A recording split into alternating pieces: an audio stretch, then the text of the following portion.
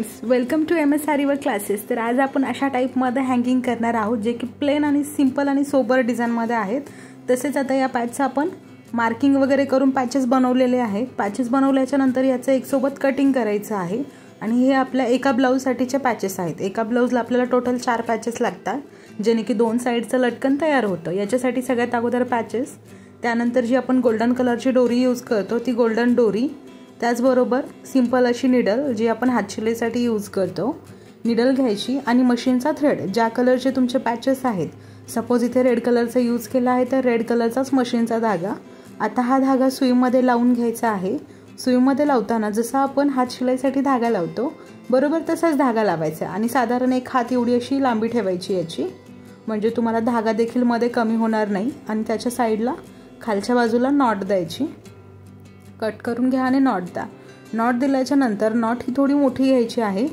इथे व्यवस्थित तुम्हाला याला बोटावरती रोल करायचे आणि नॉट द्यायची।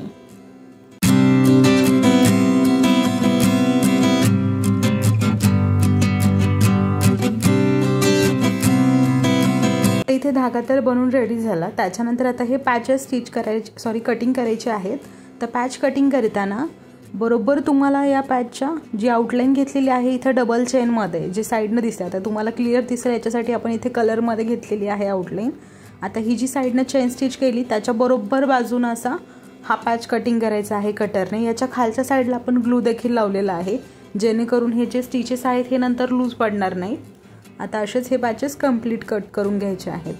पाहू शकता व्यवस्थित आणि फिनिशिंग मध्ये पॅच कटिंग करायचं आहे। एक घेतला बरोबर तसेच आता जे बाकीचे 3 आहेत त्याचं सुद्धा कटिंग करायचं आहे।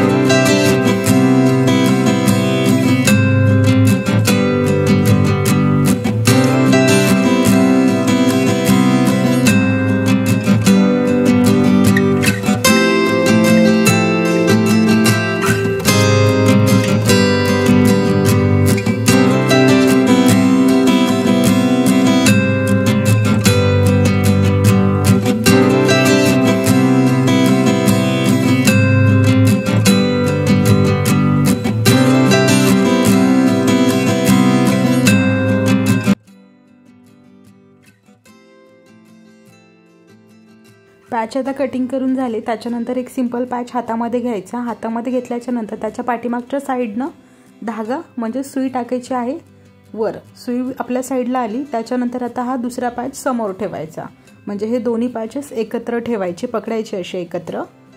याची इक्वल साइज पाहायची आहे, पॅचेसची साइज कमी जास्त व्हायला नकोय। त्या साइजचा बरोबर पॅच घेतला। आता ज्या साइडनं तुमचा धागा आतमध्ये आला होता त्याच साइडनं रिटर्न बाहेरच्या साइडला जायचं, म्हणजे जिकडे धागा येतो, आता माझ्या साइडला धागा आला या साइडने निडल परत बाहेरच्या साइडला जाईल, असं तुम्हाला बाजूने स्टिच करायचं आहे कंप्लीटली। पाहू शकता बाहेर गेली, बाहेरच्या साइडनंच निडल आतमध्ये, असं करत तुम्हाला हा जो पॅच आहे हा अर्ध्यापेक्षा थोडा जास्त स्टिच करून घ्यायचा आहे। हा जो पार्ट आहे त्यापेक्षा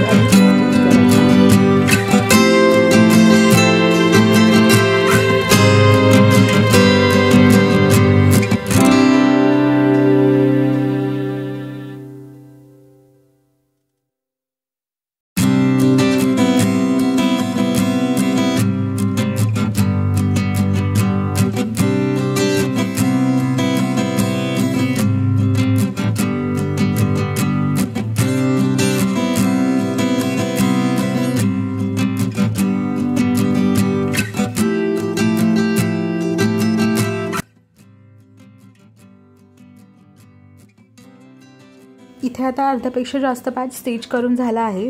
पॅच स्टिच करून झाल्याच्या नंतर जे आपण पॅचेस कट केले होते त्याचा जो फॅब्रिक होता त्याचेच इथे आता छोटे छोटे पीस कट करायचे। आता याच्यामध्ये तुम्ही ऑप्शनल म्हणून जो मेडिकलमध्ये मिळतो तो कॉटन देखील घेऊ शकता, पण सगळ्यात बेस्ट हा जो आपण याचे छोटे छोटे पीस कट करतोय आणि आतमध्ये जे आपण फिल करणार आहोत तेच राहतं। म्हणजे हे वॉश जरी केला ब्लाऊज तरी देखील आतमधला जो कपडा असतो तो खराब होत नाही, आणि जर कॉटन घेतला तर तो देखील डॅमेज व्हायची शक्यता राहते। त्यासाठी असे फॅब्रिकच यूज करायचे। आतमध्ये याचे छोटे छोटे पीस कट करून घ्यायचे जे आपल्याला त्या पॅचच्या आतमध्ये फिल करायचे आहेत।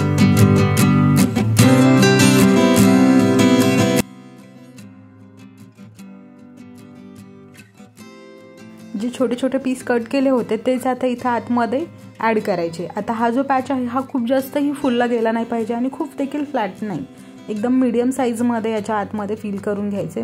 व्यवस्थित बोटाने प्रेस करून आतमध्ये ॲड करायचे।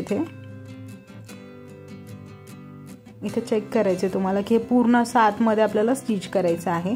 आता हे जे पॅचेस होते हे आपण रेडीमेड घेतलेले होते, एका ब्लाऊजला रेडीमेड पॅचेस आले होते। सो हे कस्टमरच्या ऑर्डरनुसार आपण हे रेडी करत आहोत। आपण जे पॅचेस बनवतो त्या पॅचेसला आपण जरी थ्रेडनं आउटलाईन घेतो, याच्या अगोदरच्या व्हिडिओमध्ये पाहिलेलं असेल। जरी थ्रेडनं आउटलाईन घेतली तर ती जी चेन स्टिच असते ती डॅमेज होत नाही। आता हे जे बाजूने राहिलेला स्पेस आहे तो अजून स्टिच करायचा आहे। आता याचा अर्ध्यापेक्षा जास्त पार्ट आपण स्टिच केल्यानंतर आतमध्ये फॅब्रिक टाकल्याच्या नंतर परत 3-4 स्टिचेस घ्यायचे आणि आता इथं डोरी घ्यायची आहे। तर या डोरीला काय करायचं, स्टार्टिंगला एकावरती एक अशा 2 ते 3 वेळा नॉट द्यायच्या आहेत। पाहू शकता तुम्ही, कंपल्सरी कुठलीही डिझाईनचा पॅच असेल तुमचा त्याच्या आतमध्ये आपण ही डोरी ॲड करतोय तर त्याला कंटिन्यू 2 किंवा 3 वेळा स्टिच करायचं, म्हणजेच टाके द्यायचे त्याला, किंवा मग तुम्ही नॉट देऊ शकता अशा पद्धतीने। जर तुम्ही स्टिचेस नसाल द्यायचं, मशीन नसेल तुमच्याकडे, तर हे हातानेच याच्यावरती 3 वेळा गाठी द्यायच्या आहेत, म्हणजेच नॉट दिल्याच्या नंतर आता ही डोरी फक्त आतमध्ये टाकायची। ज्या साईडनं तुम्ही नॉट दिली होती तोच पार्ट आतमध्ये गेला पाहिजे। आणि आता हा जो राहिलेला पोर्शन आहे हा पूर्णपणे स्टिच करायचा आहे। आणि जिथं तुमची डोरी येत आहे, सपोज ही जी डोरी आपण ॲड केलेली आहे ती डोरी जिथे येते तिथे 2-3 एक्स्ट्राचे स्टिचेस घ्यायचे, म्हणजे ती व्यवस्थित फिट राहते। वरच्या साईडला खेचली वगैरे ओढली जात नाही किंवा ताणली जात नाही। इथे पाहू शकता 2-3 वेळा जास्तीचे स्टिचेस होत आहेत।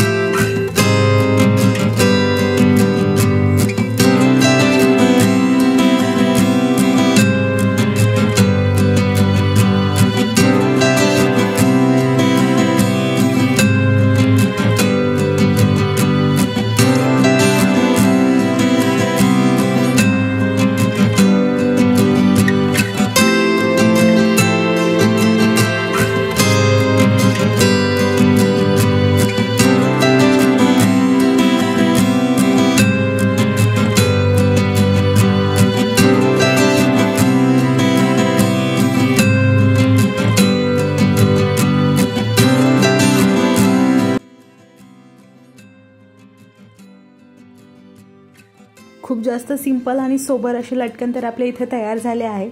पाहू शकता याला खाली हँगिंग वगैरे अशी काही कस्टमरची डिमांड नव्हती, तर हे एकदम सिंपल आणि सोबर झाले आहेत। तर त्याचबरोबर तुम्हाला अजून वेगवेगळे लटकन पाहायला आवडत असतील तर नक्की चॅनलला सबस्क्राईब करा, लाईक करा, शेअर करा आणि भेटूया आपण पुढच्या व्हिडिओमध्ये।